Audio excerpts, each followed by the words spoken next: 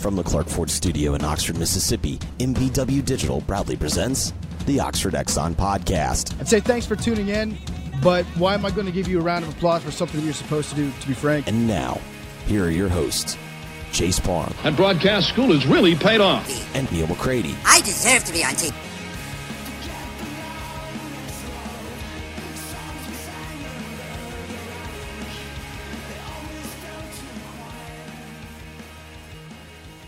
Welcome to this Tuesday edition of the Oxford Exxon Podcast. Chase Parham, Neal McCready, Clark Ford Studio this morning. We're going to talk with Ben Craddock on the show today. We're going to go over the You Gotta Believe football camp we've been promoting for a while now. It is next week in Jackson. Still time to sign up for that. You just go to ygbfootball.org. If you're a player, if you're a parent, if you're a coach, sign your guys up. A lot of former Ole Miss players, NFL players partaking in that camp as counselors. Really good event last year. We were down there for that. It's when we talked to Mike Hilton and Dante Moncrief and others. So plenty of time. Again, ygbfootball.org for that. We'll talk to Ben coming up again here in a segment or two. And as we always are, we're coming to you from the Clark Ford Studio. We are. Clark Ford is in Amory, Mississippi. 662-257-1900 is the number. You call the number. You ask for Corey Clark. You tell Corey what Ford you're looking for. He sends you a quote within 15 minutes in business hours. It's that simple. Right to the bottom line. No hassle, no haggle. Here's the deal. I've done business now with Corey 3 times. I know, we're friends, and he advertises on my podcast and all of that stuff. But I can tell you that the way he does business, the way that dealership does business is awesome. It's easy. You get right to the bottom line. You don't have to haggle back and forth on a quote. And then the service after the sale is great. Just last week, I needed to get an oil change. I needed my tires rotated. I don't live in Amory. I really didn't have time to get to Amory. They had sold a car, I think, in Batesville. They just swung over and got mine, traded it out for half a day. You don't get that kind of service everywhere. You do get that kind of service from Clark Ford. 662-257-1900. Tell Corey that you heard about Clark Ford on the podcast, and you'll save $500 on your bottom line. I guess the only really news coming out today, and I don't even know this is necessarily news, it's more the lack of news, but Doug Nikhazy makes the final Team USA roster for this summer, the collegiate national team. As a fielder or a pitcher? Well, he's done a little bit of both, but as a pitcher. He pitched at least 1 inning and maybe 2 last night in Team USA's win over the Coastal Plain League select team. So basically a Summer League all-star team of college players. Whenever I see the Coastal Plain League select team, my blood boils. I hate those guys. They play for a lot of pride, a lot of common bond on those teams. I'm sure things like that. So I hate that. So he pitched it. I think he pitched the 9th inning. I think Team USA won 4-0. He might have pitched the 8th too, but nonetheless, he makes the roster. I think they cut 11 or 12 players off the preliminary roster, and then now they start their little international tour. They play Cuba starting today. I know they play Japan at some point, so I'm one of only 3 freshmen on the team. Nikhazy obviously acclimating himself quite well to college baseball to this point, so he makes the final roster. He's playing. He appears to be a relief pitcher for them, but he has played in the outfield a little bit, and he threw out a runner. I saw an assist on the internet the other night, so he's doing a lot. Maybe he can hit for him next year too. I bet Mike gets a little nervous when he thinks about Doug Nikhazy running around in left field. You don't like that? Oh, it doesn't bother me. I mean, he's played football. He's played baseball all of his life. I'm sure he's played everywhere. He probably even played some shortstop as a little leaguer. So well, that's how that works. I mean, well, he's left-handed, though. Yeah, but still. Okay, fair enough. When you're 11, 12 years old, it really doesn't matter. If you had a left-handed player that you knew was going to be a college player, you'd stick him at shortstop anyway on Carson's team, trying to figure it out? Yeah. Okay. Yeah, we're not turning double plays anyway. What difference does it make? Catch the ball and throw it to first base. Yeah, I mean, come on. Okay, fair enough. It is an interesting deal, though, because Mike does have the option with 2 different guys that I think can hit at the college level next year. Mike's not a huge fan of that. Obviously, Stephen Head did it. Matt Tracy did it a little bit out of necessity.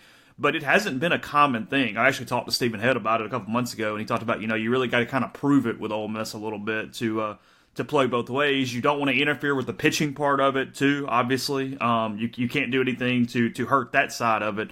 But with Gunnar Hoglund and Doug Nikhazy, Ole Miss does have some options there, and they've got outfield spots open. Later today, you'll see my projected lineup for 2020. I'm almost done with it. I got a couple more spots to go. But the outfield has some question marks. There's some opportunity out there, and Hoglund and Nikhazy could play out there. Hoglund could play first base as well. So it makes me wonder. I don't know if they're at that point, but I do wonder a little bit if Mike entertains that idea going into 2020. I would. Not that my opinion matters, but I'd play them. There's no reason not to give it a shot, right? I'd absolutely do it. I mean, are they two of your best 10 hitters or one of your 10 best hitters? If so, then yes, right? So then they have to play. You have to figure it out. I get that they're a risk, and I get that there's a huge jump from travel ball to SEC. I understand that. But those guys have done that all of their lives. I mean, Hoglund, that was part of what made him attractive was his athleticism, his ability to hit some of those things. Frankly, it was part of the recruiting pitch that got him here. I'd absolutely entertain that idea.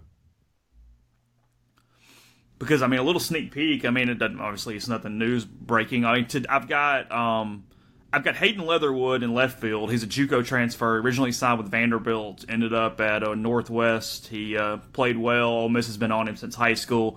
Got him in left. And then in center field is what's interesting to me, because I've got Josh Hall written down, but I think that very likely could be Connor Walsh, the kid, the top-rated position player in this class for Ole Miss. He was 27th nationally. And he reminds me a lot of Zach Watson at LSU, but he's just an athlete. He's got a laser time, 6'2", 560.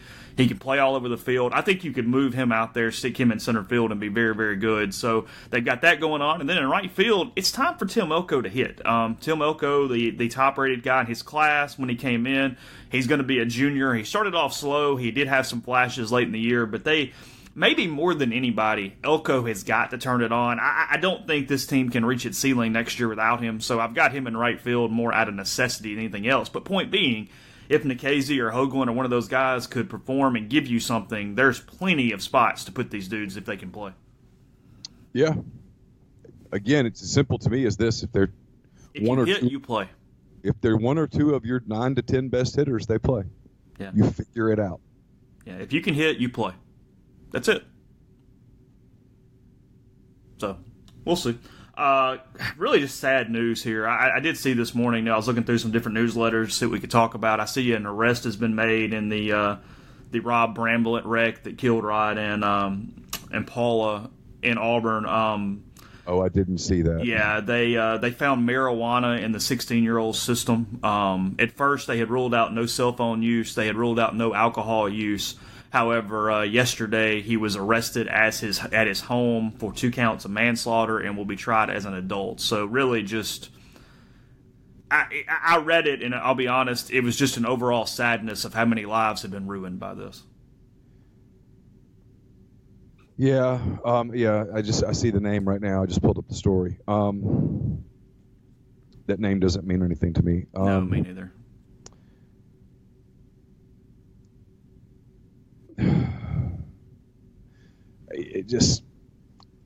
It's your worst nightmare. I've got a 16-year-old who drives, an 18-year-old who drives, and it's, it was funny. We had this conversation yesterday because Campbell's she was going to the lake with some of her friends, staying with their family, and was going to be there till Friday, and Laura sent me a text. It was basically, I hope she makes good decisions. And it's that deal where you said, I think my response back was, you do the best you can and you hope for the best, and you hope that the lessons that you teach and the things that you say, but man, it's so easy to make a mistake. And I mean, he was on the lake all day, and I'm not excusing what he did at all. But this is where you talk to your kids about this stuff. There's there's going to be. I had this conversation with Carson just yesterday. It's just you're trying to get these things through to him, just kind of in case, because we were kind of talking about Tyler Skaggs, the Angels pitcher who died, and anytime you hear that, you think, well, you know what's going to come out. There was some sort of drug use. There was some sort of overdose. There was something like that. You just keep waiting to hear that. I remember when Darryl Kyle died years ago. It was like 2002. I think it came back that there was some substance in his system or something. I don't know. Whatever. But you can just imagine someone was, hey, we're on the lake. Let's just have some fun. Here's this pressure.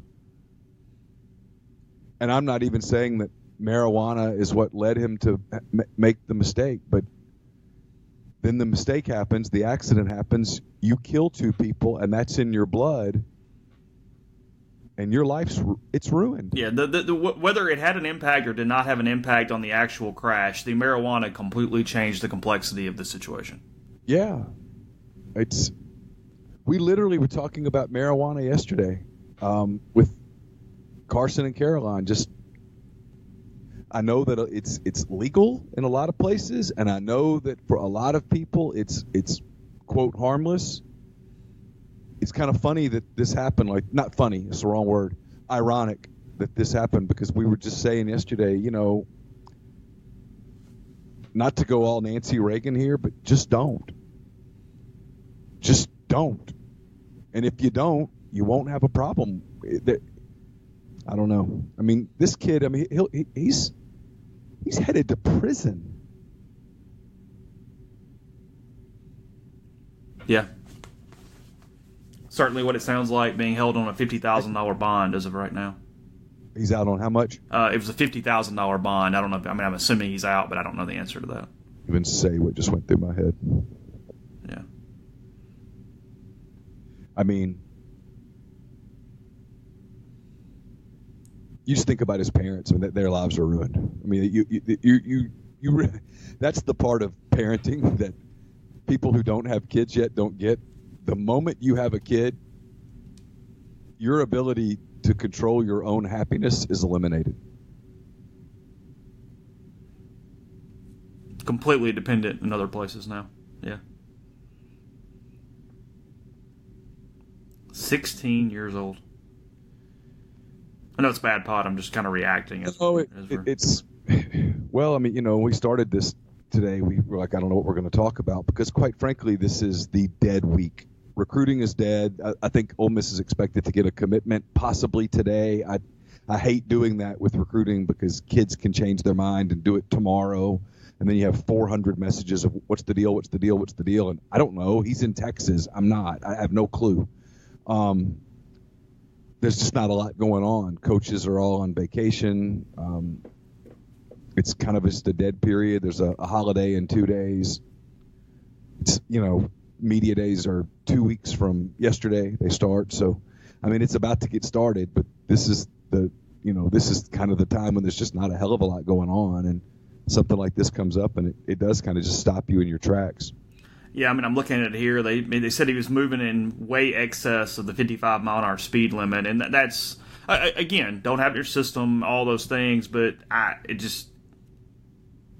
I've never really heard of marijuana causing someone to speed like crazy. You know what I mean? It's more of it's more of just situational as much as anything else, I think. I'm going to scold myself before I do it. This is not particularly great journalism. I have talked to people over there who said that the belief is, based on the way that the crash occurred, that he was basically asleep, but that he was really going fast. Right. Like, really fast. So, I mean, she died pretty instantly. Okay. Just tough deal. We'll update as obviously that story moves along, but that's where it is. That's where it is right now. So we'll we'll leave it there. We're going to talk some football in a second. We're going to talk some camp stuff in a second as well. Before they do it, I'll tell you about Mastercuts Lawn and Landscape, providing premium lawn care throughout northern Mississippi. But they offer a lot more as well. Mastercuts will build your custom playgrounds, retaining walls, pool decks, outdoor living spaces with paver patios, forestry mulching, and much more. The dream backyard, easier than you think. You can find that online at gomastercuts.com for a free quote. All right, same free quote at 662-607-7773. Again, gomastercuts.com. The podcast is also brought to you by Dead Soxy. Hot weather is here. With it comes the inevitable debate of sock or no sock with your loafers. Save your feet, your shoes, for making their own impression. Step into summer, I should say, with some no-shows from Dead Soxy. You really need to experience the difference quality sock makes. Go to deadsoxy.com, enter the code RebelGrove at checkout. Get 30% off all orders, including sale items and including these no-shows that are the same quality you already love and enjoy with their traditional dress sock. Don't miss 1 minute of the action at the Vault this season as Ole Miss football arrives this September. Reserve your season tickets with the new 2019 season ticket pricing for just $299. For more information, visit OleMissTix.com. That's OleMissTix.com. We tell you a lot about Pinnacle Trust. Often fail to tell you about Pinnacle Trust 401k advisory services. Maintaining an appropriate retirement plan for your company often seems like a daunting task, especially when you consider everything that goes into running a successful business. The Pinnacle Trust 401k advisory services provides plan sponsors with the expertise and consultation that they need to administer a retirement plan that inspires employees to reach their retirement goals. Pinnacle Trust Retirement Plan Advisory Team specializes in a variety of different types of plans, including 401k and 403b plans. Pinnacle can help plan sponsors benchmark their current 401k plan, consult on current plan designs, provide ongoing plan and investment fund reviews, manage employee communication and investment education, and conduct a plan sponsor fiduciary analysis. When you work with Pinnacle Trust 401k advisory services, you gain a valuable advisory team and time-saving resource that will help you develop and maintain a solid strategy for your retirement plan. To learn more, go to pintrust.com. That's PINN trust.com. Mention that you heard about Pinnacle Trust on the podcast. You'll get 10% off your first year's fee. Now let's go to Ben Craddock. Ben, good morning. We're less than a week away from the camp down in Jackson at Jackson Academy. You got to believe football camp. You guys, Craddock Gold, the presenting sponsor again for that camp. We were down there last year. A lot of kids, good time. What sort of drew it to you? What made this camp something that you kind of want to be a part of? Well, John and Robert Ratcliffe, they played at Ole Miss, and they reached out to me about probably, I guess it was 2 years ago. Just asked, if I could help out, and it wasn't anything for our sponsorship. It was just some help. And once I met with the guys and really heard their vision and what the camp truly means, because it's a foundation set up through their father who passed away. So, and it's called You Gotta Believe, and it's basically trying to get these kids that are, they might be confused or might have things going on in their life. I mean, it's a sports camp, but there's so much more to it than that. It's, as far as these NFL guys coming back, sharing their testimonies with these kids, just loving on these kids. It's really a special camp, and that's kind of what drew me. Because, we get asked to do a lot of different things, but if it's something that, because I love doing, if we do something like this, I have to be a part of it. Like, I want to be a part of it. I love getting out there with the kids and working with them and being involved, not just writing a check, but truly being involved and trying to make a difference. And that's what John and Robert Ratcliffe do, is they truly have grown this camp from 100 kids 4 years ago to right now we're at like 425. So it just continues to grow, and it's truly amazing what they can accomplish in 2 days of you have the smaller kids that come in the morning, and then you have the high school kids come in at night. So, I mean, it's an all-day deal. So, what ages does it encompass? And then for everybody that's interested, it's just a matter of going to the website and registering, correct? Correct. Yeah, everything's posted, on yougotabelieve.org or .com, and the ages from 5 to, I want to say 13, are for the small kids that come in from 9 to 11:30 on Monday, this coming up Monday and Tuesday. And then high school kids, they come in from 4 to 6. And so we provide pizza for both. And then we do a big cookout with Penn's catfish and chicken. They'll come out on Tuesday evening and do a big cookout. And it's really fun. We'll just fellowship with the parents and hang out, and kids will sign. Kids will get autographs, and it's really a special time. But but it's divided into two different parts, which are the morning and then the evening. What all NFL? I know a lot of guys. Obviously, we got full lists all over social media. But who are you for sure is coming back? Who will some of these campers see from an former Ole Miss player NFL perspective? Well, yeah, we got Chad Kelly, Evan Ingram. We have Dante Moncrief, of course. He's kind of a founding father, I guess you would say, with this camp. He was the main one. Robert and John, they play with Dante, and so Dante's coming in. He's bringing two receivers from from the Steelers. I can't remember their names. He's bringing two guys with him, two teammates. Dawson Knox is joining us this year. Andrew Ritter, will work with kickers. We have Ryan Buchanan, Cody Core, Quincy Adebayo, trying to get DK Metcalf, and we have Trey Elson. Ken Webster. Truly, I think it's right at 17, 18 kids. Guys that are coming back, and it really is. And there's tons of guys I'm not naming. I just can't think of it right now. But it's Channing Ward's coming back this year, and it's really just a lot of fun. Just get to see those guys give back and truly give back, because a lot of these guys are in the NFL and they have to fly in to Jackson for 2 days, and then fly right back out. But it shows you what's in their, truly in their heart. And then you have some guys that we try to reach out to, and they just, it's just not them, which is fine. But you kind of see truly, especially Dante. He's been every year. His whole family comes and participates. It's really fun to see, because it's become really a family environment. So it's a lot of fun.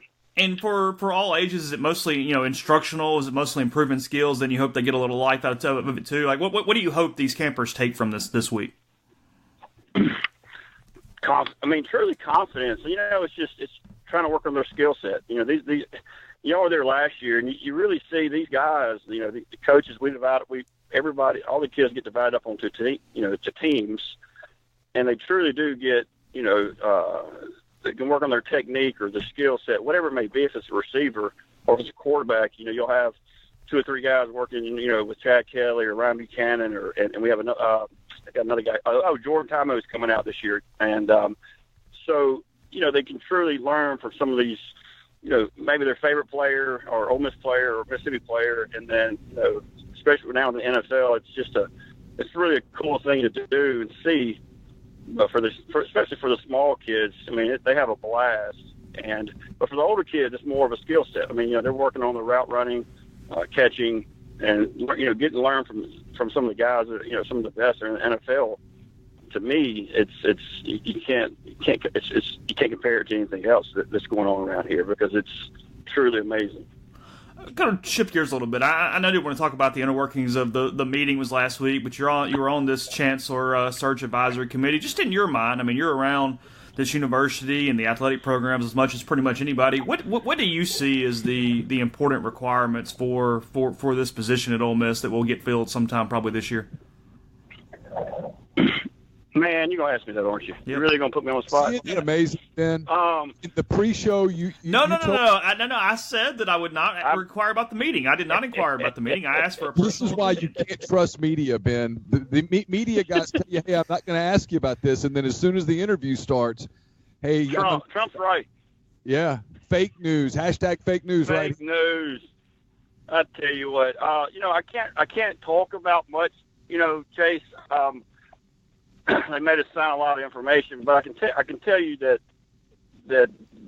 there will be, he or she, going through this process, there will be, it will be, trying to choose my words here so I don't get in trouble.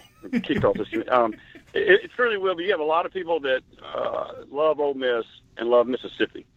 So and everybody's on the same page. So I think with that, there's going to be the right person will be picked.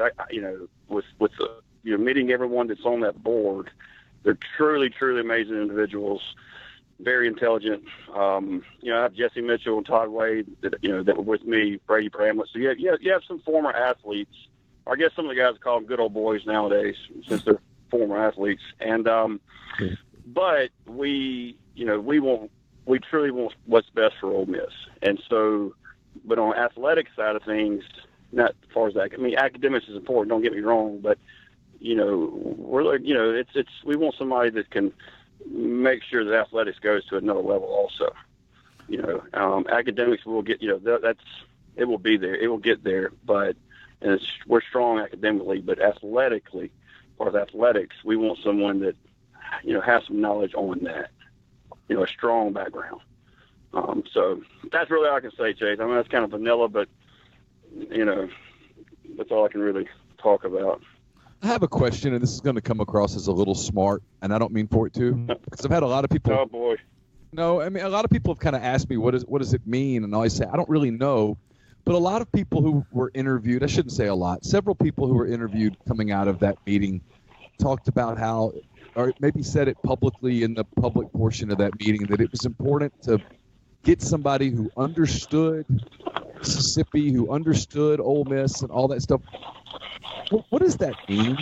And I know you weren't one of the people that said that, but what does that mean when people say that? To me, I know I'm not trying to pin you down here, but to me, it would just be, let's go out and get the best person who knows how to run a university and knows how to raise funds and knows how to do all the things.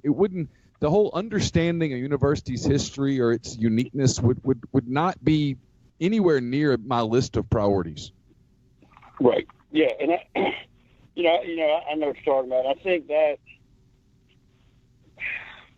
I don't know, Neil. I'm trying to, because I know the people that said that, and all I can tell you is basically what I want, and what I said, which is I want someone that can treat the guy that gives $100 the same as the guy that gives $1 million. Just far as on the, and they can raise funds. But as far as, and I think the way I really took it was, just someone that understands what, just how great the University of Mississippi truly is. Okay. But I can't really get too much into it, but that's kind of a tough one, Neil. That's kind of a tough one. That's what I do, man. I ask really tough questions, Yeah, I mean, I think, me, I want to say other thing. I just can't.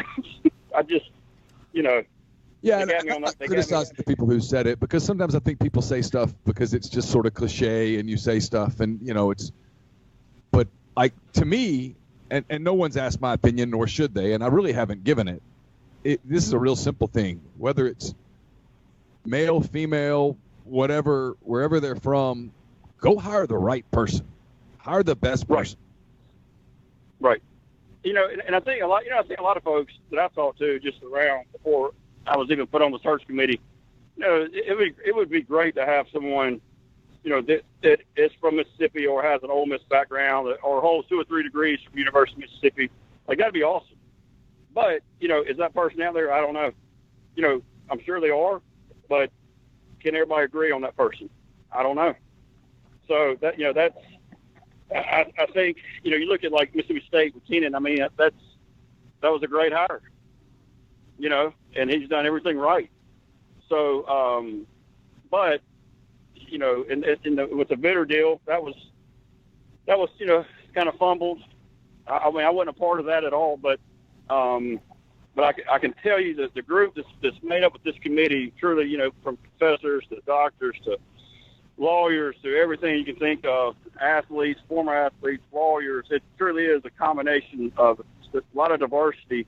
And I think that's really going to help us choose or give our suggestion on who that person, should be, or who we would like that person, to be.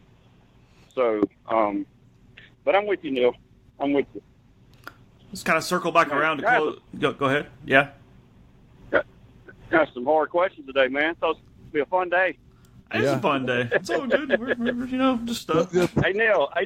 You got the answer right there is that what you should have said, just for future reference, is, look, I'm just going to take this thing one day at a time, and good Lord willing, things will work out. Hey, you got to trust the process. Trust the process. That's what I should have said. Yeah, just keep on, trusting the process. Yeah, I like my answer better. I really do.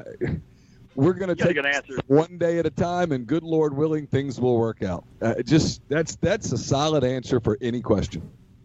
That is. Well, that's. I should say just like no comment, but I do like yours better. But anyway, y'all got me laughing this morning for sure. But I would love for anybody listening to this podcast right now that, for sure, kind of switching the subject real quick.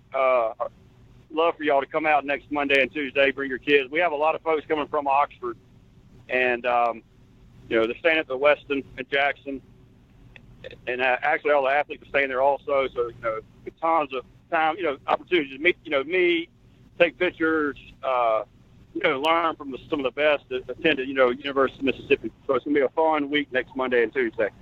We'll put those links up on the board, out on social media as well. It's ygbfootball.org. Ben, as always, appreciate it, bud. Hey, Neil, thanks for the hard questions. Y'all have a great day. All right, Ben. Talk to you soon. Y'all be good. All right. Thanks to Ben for his time this morning. The podcast also brought to you by Community Mortgage, Oxford, Memphis, Soto County, and Chattanooga. Underwriting and processing is done in Memphis. You're getting local underwriting that understands your market. Also a leader in condo financing and the float down option. And we'll tell you that rates are lower than they've been in about 2 years. So if you've refinanced or bought during that portion, maybe Jason can help you out. Contact him to find out more. See if you can get a little better deal at 662-234-2704 or JLOWE@communitymtg.com. I'm sorry, I'll tell you about it in a minute. The podcast is also brought to you by the Westin Jackson. If you're going down for Ben's camp, you gotta believe camp, and you want a place to hang out, head over to Estelle Wine Bar and Bistro right there in the Westin Jackson. Sip on a creative craft cocktail. Enjoy their curated wine list. It's open for breakfast, lunch, dinner, and Sunday brunch. And Chef Caden is fantastic. It's a great place to relax in downtown Jackson. And you can also, speaking of relaxing, you can visit Soul Spots, the ultimate luxury spa experience in downtown Jackson. Personalized massages, signature facials, soothing body treatments, and much more, all at the Westin Jackson in downtown Jackson. The podcast also brought to you in part by John Edwards, Regency Travel Incorporated in Memphis. Whether it's a golf trip with the guys, an anniversary trip, a trip to Florida, the Caribbean, whatever the case may be, get in touch with John. He's part of Virtuoso. It's a worldwide network of travel partners that allows John to supply his clients with added values, unique benefits that are simply not available to other travelers. What you do is you give him some parameters, you give him a budget, he gives you options, and know this, you don't have to live in or near Memphis to take advantage of his services. 901-494-3387 or jedwards@regencytravel.net. First-time clients can save $50 off their first booked trip just by telling John you heard about Regency Travel on the podcast. It's a podcast that's also brought to you by Grenada Nissan. If you are in the market for a Nissan vehicle, Grenada Nissan's the place to go. They have a complete selection of new and previously owned Nissan vehicles. Go in, test drive one today. It's GrenadaNissanUSA.com. And we're brought to you by Harry Alexander. Harry is an Oxford-based RE/MAX Legacy Realty agent. He's a big part of Savannah Square. It's a new 9-acre development, 0.7 of a mile from the Oxford downtown square, conveniently located east of North Lamar, just a short stroll from the Midtown Shopping Center. You can check it out at SavannahSquareOxford.com, or you can get in touch with Harry via text or call at 662-801-5621. Just here, I'll write this. I can't talk. I will write this in that story I was writing about projected lineup next year, but it looks like Ole Miss is going to finish They're up to number 3 in the enrolled rankings. Ole Miss is going to get its entire signing class to campus, it looks like. So it looks like number 3 nationally is the likely spot. There's also a chance they could get to number 2, passing LSU as well. They're passing Florida to get to number 3. They were number 4 heading into the draft, and other teams obviously having casualties. So, number 2, number 3, something like that for this signing class. The top 10, very SEC heavy as expected. Auburn at 10, Georgia Tech at 9, FIU at 8, Miami at 7, State at 6, A&M at 5, Florida at 4, Ole Miss at 3, LSU at 2, and then the nice little engine that could, Vanderbilt at number 1. So that is your recruiting rankings for the class of 2019. Vanderbilt made it work. Yeah. They made it work. Give them credit. I think there's people you can bash and all that, but Vanderbilt's not one of them. I think it's getting killed by the draft a little bit, but LSU put a really good class together. They almost caught Vanderbilt in average points per player. Yeah, they lost. Not quite, but they got close. They lost a couple of guys they didn't expect to lose. I did see that. Yeah, day 2 really hurt them between rounds 3 and 10. Houston Rock did sign for the $150,000 that was expected, so that was $125,000 that they can pay anybody outside the top 10 rounds, and then they gave him $25,000 that went against their pool for the top 10 rounds. So $150,000 for Houston Rock. It is all of one, none of the other. They got the whole signing class to campus. They lost every current player that was drafted over the course of the draft. So that is where that is. Thomas Dillard signed for $400,000 with the Brewers. I think his slot value was somewhere around $330,000, $340,000. So he as well got a little over slot from Milwaukee. Yeah, I can no longer cheer for Thomas. So the Brewers have occupied that space for you now too. They're there. They're not Cardinal level. They're not quite as bad as the team that shall remain nameless, but they're better than that team right now and more of a threat. So, yeah. Okay. Terrible news out of Major League Baseball yesterday. You mentioned Tyler Skaggs passed away in his hotel room several hours before the team was scheduled to play the Texas Rangers, the Angels starting pitcher. 27 years old. They ruled out suicide or foul play. Have not seen anything else going on, but just devastating overall. But a franchise that is only a decade away from the last time a player was killed. Yeah, it's been a little over 10 years. The Nick Adenhart died in, I think that was April of 2009, and Tyler Skaggs was the first pitcher drafted by the Angels after Adenhart's death. He was drafted in the second round of the draft, in which they drafted Randall Grichuk and a guy named Mike Trout in the first round of that draft. It worked out. Yeah, and then Skaggs got traded to Arizona and then traded back to the Angels and had really begun to emerge as a pretty good pitcher. He was having a pretty good year this year. It just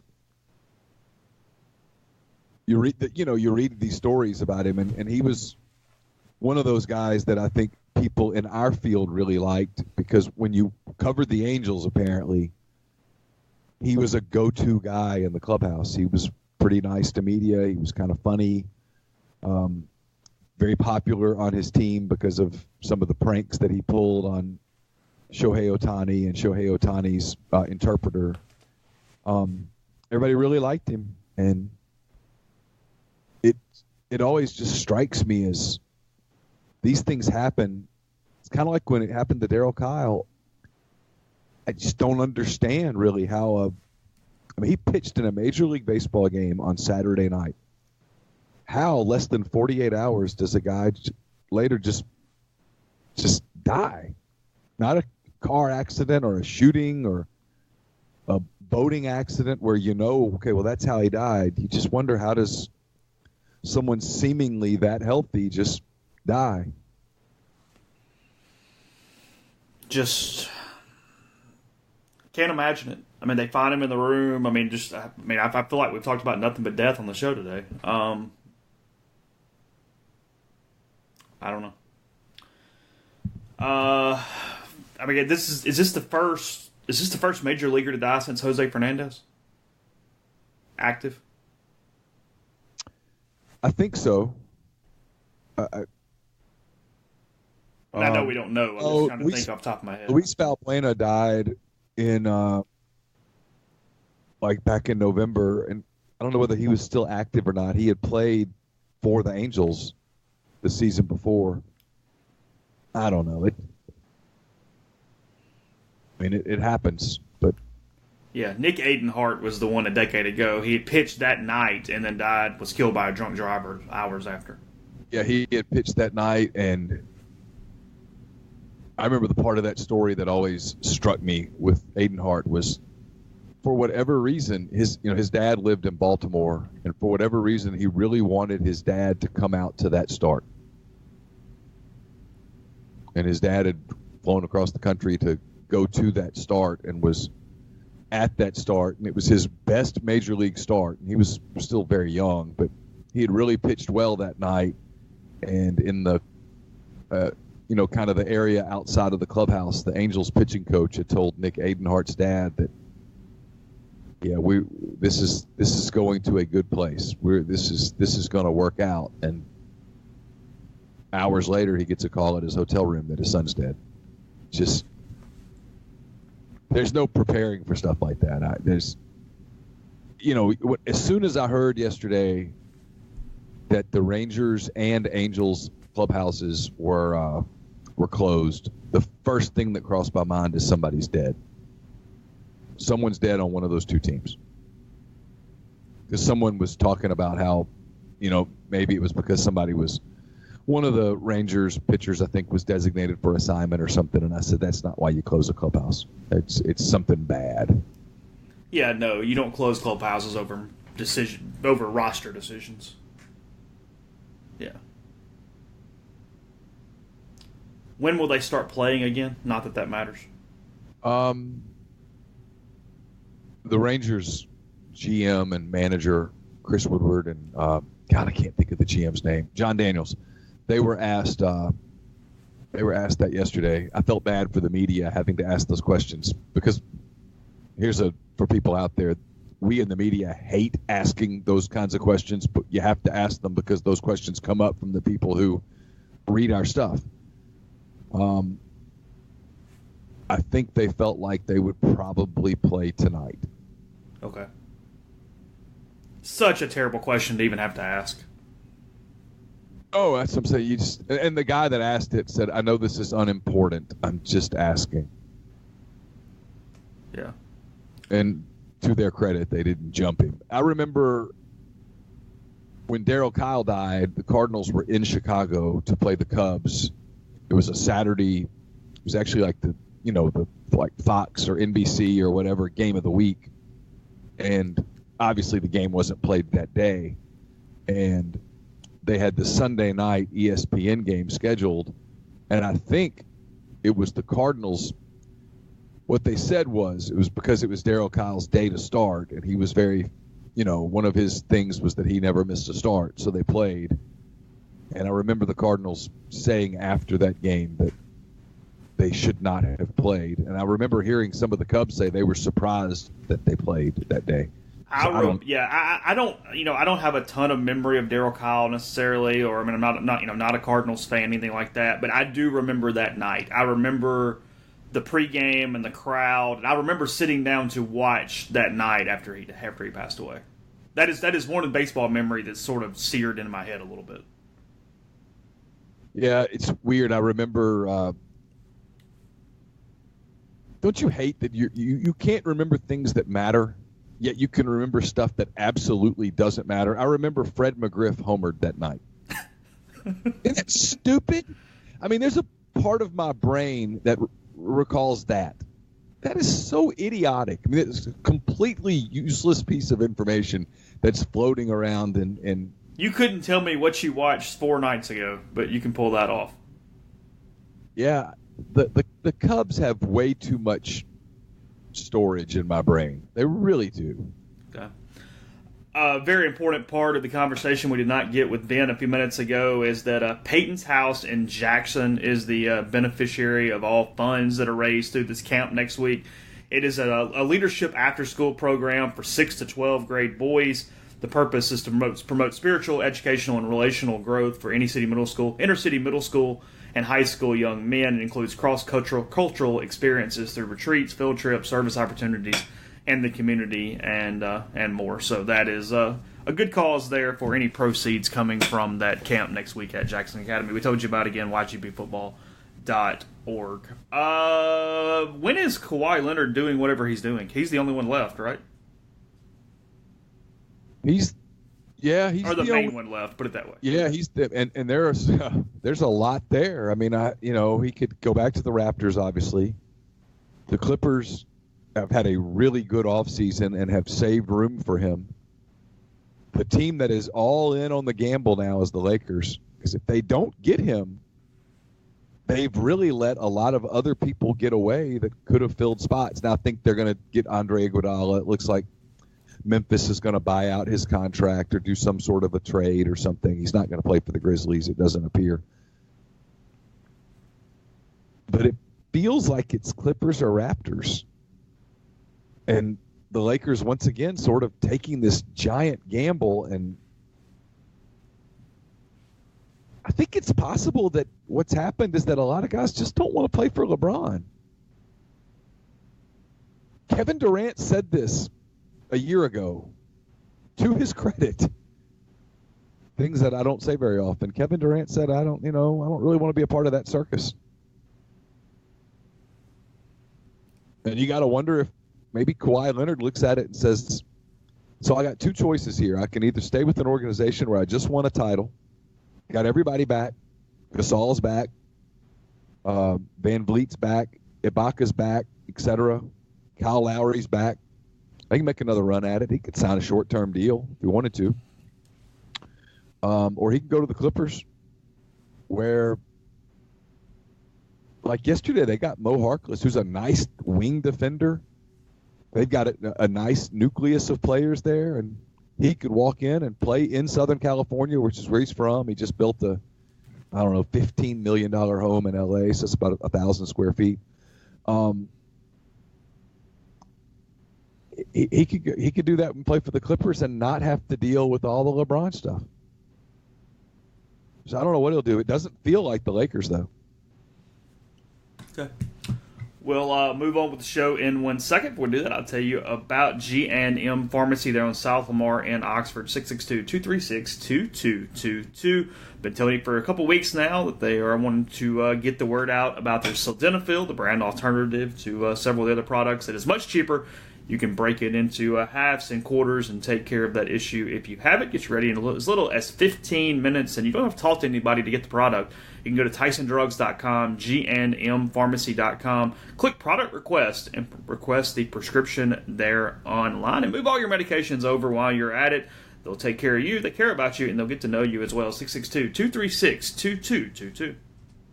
The podcast also brought to you by Oxford University Bank. OUB has a commercial checking account now paying 1% interest as long as you keep $10,000 in the account. It comes with fully interactive online banking.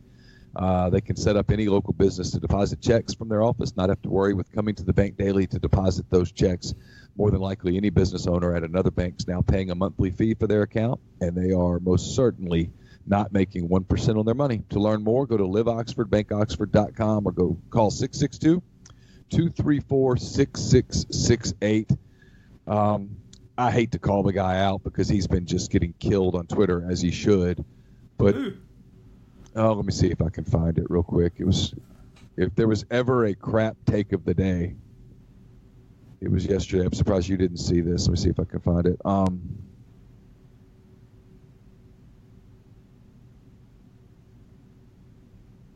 I'm looking. Hold on. Here it is. Dan McLaughlin. Did you see this? I was not really on Twitter yesterday, actually, so no, I don't think I did. Dan McLaughlin, who is a baseball crank, is his thing. He has 56.3 thousand followers, including Eric Edholm, Dane Perry, and others. Okay. He's an ex-baseball blogger. An ex-baseball blogger. Yeah, he's a contributing columnist at NRO, which is National Review. Okay. His tweet yesterday. Let's see if I can find it. I know this is great pod.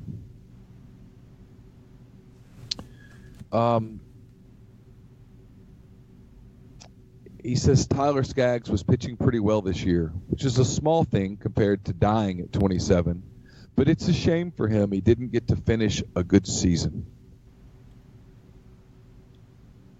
Whoa. Really? Yeah, I'm not sure I could make that up. Was he trying to be sincere? Yeah. Oh, he's... I don't think he was trying to joke. He's doubled down on it when he's been called out thousands of times now.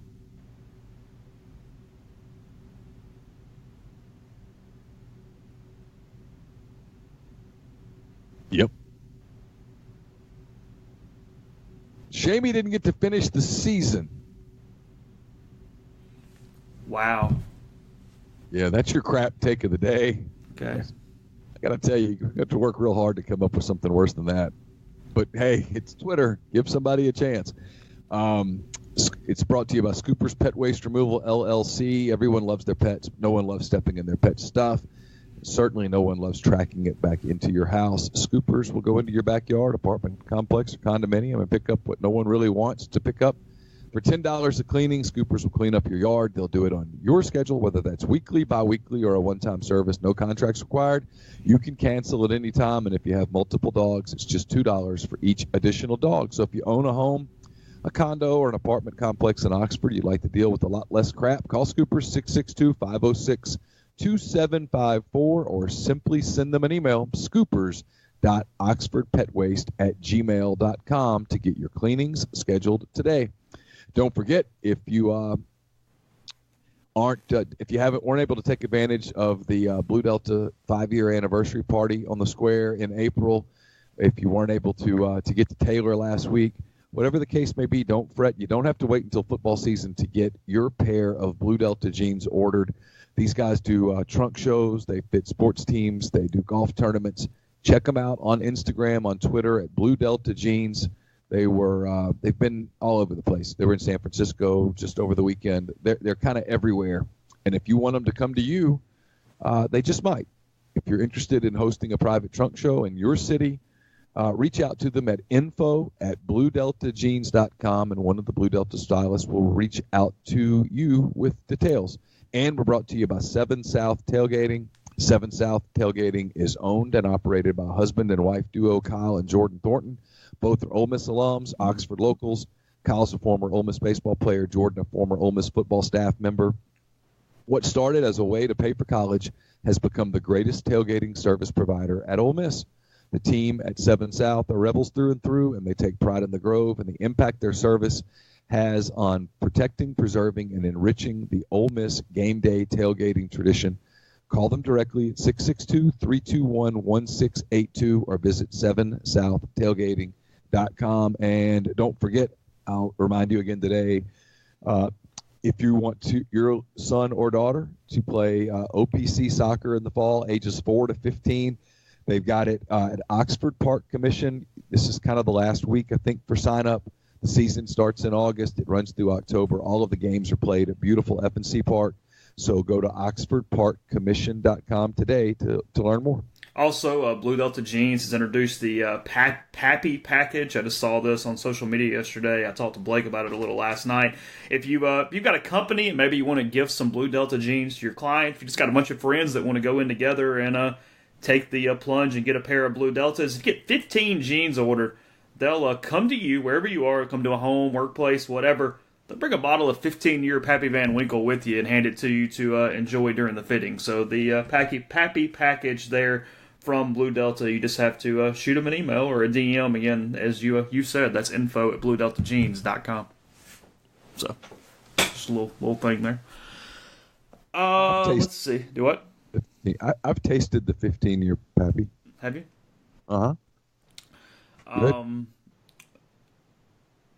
Yeah, well, a little more on that. We've got a lot of Pappy coming up actually on the podcast, or a podcast coming next week. Not quite ready to go there, but a couple days away. Let's see. Did you watch Bachelorette last night? I did. Okay. It was on in front of me. I was actually reading, but it was on. I do have a question.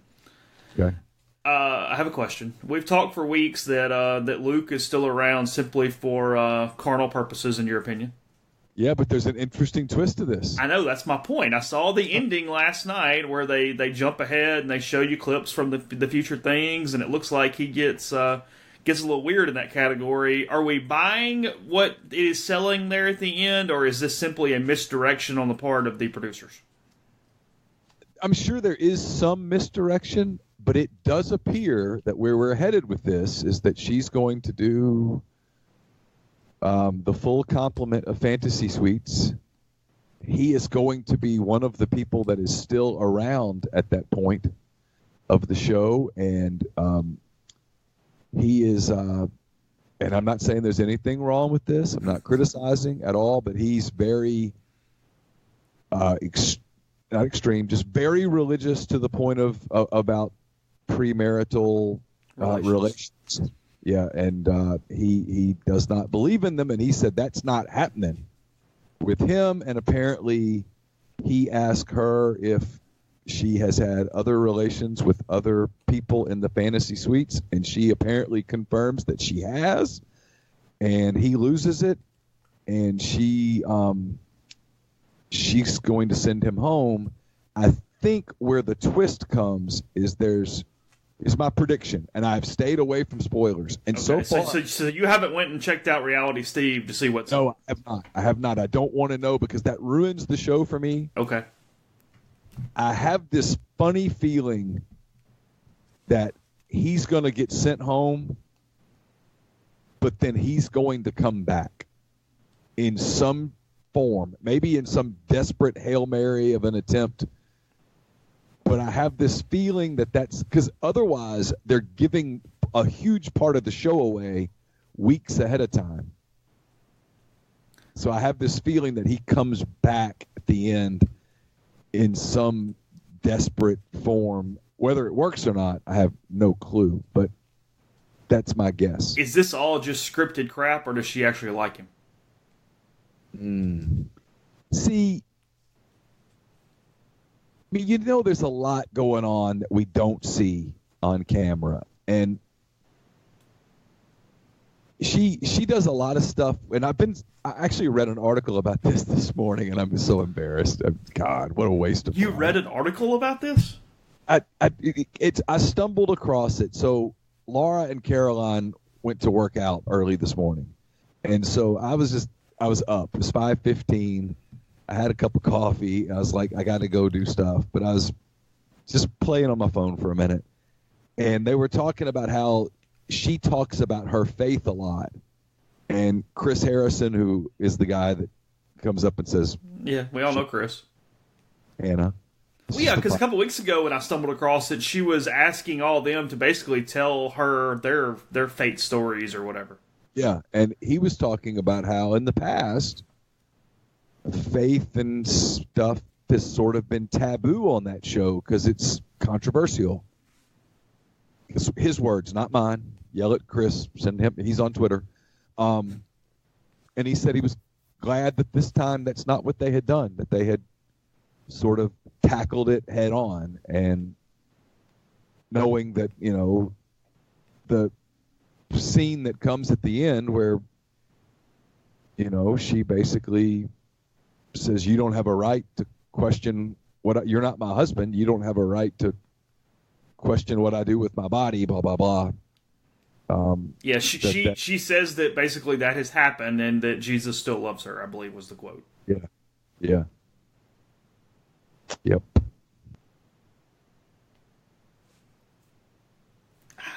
I mean, it's at least something different. I'll give them that. Yeah, I mean, they're in season 20 or whatever it is. You got to mix it up a little bit. Yeah, you got to throw some curveballs, man. I mean, I just get mad at myself. Well, because I'm watching it, I'm going, okay, either we're just getting pieces of this where they're presenting what they want us to see, or she's simply just keeping this nut job around to get to the final three, one or the other. And maybe he's just manipulated her. I don't know. He is pretty manipulative. He is.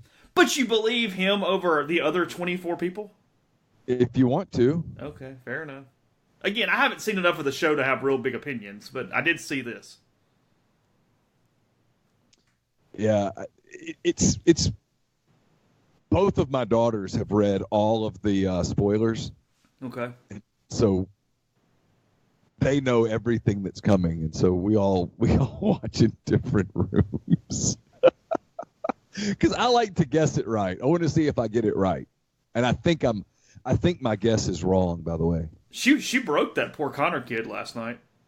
Yeah, he was devastated.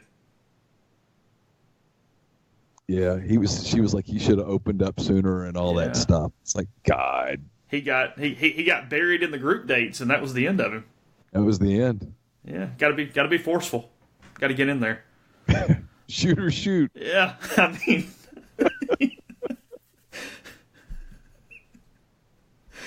Oh, God. So what's next? Do they do like one of those bachelor pad kind of things next, or do we go just straight back to the Bachelor? What do we do? What's up? No, they. I don't know. I've never watched the whole Bachelor in Paradise thing because I don't know. I'm just. Isn't that kind of like the cheap part of what you like about the whole deal, though? Yeah, I probably would like it, but there's just something about it where I go, we're not doing this. That's your line in the sand. For whatever reason. All the other stuff, all good. That's the line in the sand for you. Yeah, the show that I probably would actually enjoy for it's just pure. Because it's just stupid. It's all just stupid, but it's really just stupid. Yeah, it's total stupid smut trash, which normally I would enjoy, and for whatever reason, I pass on that. Yeah, I mean the one of these rejected guys is going to be the Bachelor. That's how this works. I don't know who it'll be. My guess is. It's Tyler. Which one's that? He's the model that she clearly. Hang on, I saw on Twitter last night or this morning. It might have been Aaliyah that put it out or retweeted somebody. One of them has a girlfriend back home that's still on the show. That's what's been hinted at in my household. Which one is that? I think it's Jed. Okay, so he's not the next Jed Bachelor. Was the one that I was predicting to win it, so it looks like I'm not going to get it. Peter's not going to win because he's too nice of a guy. Nice guy can't win? Never wins. Okay. Real nice guy's a pilot, good dude, no chance. I kind of thought the golf pro last night that got eliminated had a shot as it moved on, just because he kind of had the right mix of nice and kind of asshole at the same time. Yeah. He came off with as a contender profile to me. Yeah, so he's got a shot the next level. I think this Tyler guy, the model that she's keeping around so she can sleep with, I think he's got a real shot to be the Bachelor. So you think this might be the guy that runs Luke off because something else happens with this cat? It's possible, yeah. Okay.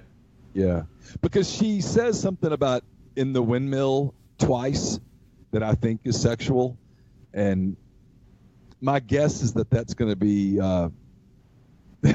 that's going to be the model guy, whatever his name is, Tyler.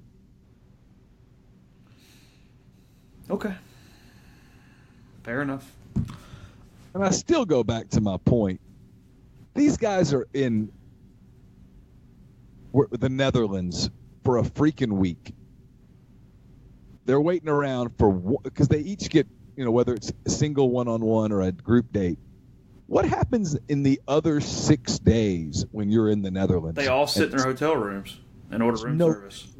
No chance. These guys are in the best shape of their lives. They've spent a year with a personal trainer. They're all ripped. No way. No chance. You think they're going out on the town? Yeah, otherwise there'd be like a lot of fighting and stuff. Like, because there would just be all the pent-up hostility would result, and there'd be a fist fight, and there's never a fist fight. Which tells you they're blowing off steam. Tells me they're out partying, and they're really, by the end of the week, they really don't care whether Hannah gives them a rose or not. They would like a rose because that means they get to go to the next exotic location for a week and play on ABC's dime. Yeah. Roger Federer just lost his first set at Wimbledon. Uh-oh. I like his chances to win, probably, but... was it Venus that lost yesterday, Venus Williams? To a 15-year-old. To a 15-year-old American. Mm. Yeah.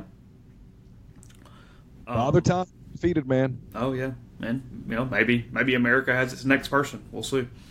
But, yeah, just staring at the screen there. Federer loses 6-3 to someone that I've never heard of. So...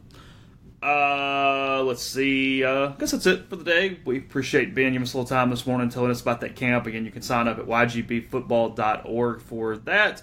Hope all of you have a happy 4th. Be safe. Be careful with fireworks and travel and all that stuff. And then we'll get back to a regular schedule at some point. It is July, so it's going to be a little sporadic. It is what it is. It is every year. But appreciate you as always. We've got other podcasts coming to you on the network, new and ones that we've been giving you for a while, new episodes of that. So more as that comes out on Twitter, on all the places that you get our podcast, and also on the message board at herbalgrove.com. Content there coming later also, and we'll talk to you soon.